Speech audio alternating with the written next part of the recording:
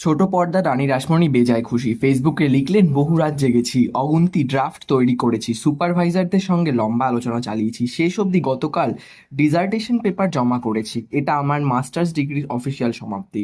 আপাতত বন্ধু পরিবার সকলকে আমি ধন্যবাদ জানাতে চাই, তবে বিশেষ করে ধন্যবাদ জানাবো তাদের যাদের মনে করেছিলাম আমার পেশার জন্য মাধ্যমিক পরীক্ষাও দিতে পারবো না, তাদের এই সন্দেহ আমাকে দৃঢ় প্রতিজ্ঞ করে তুলেছিল।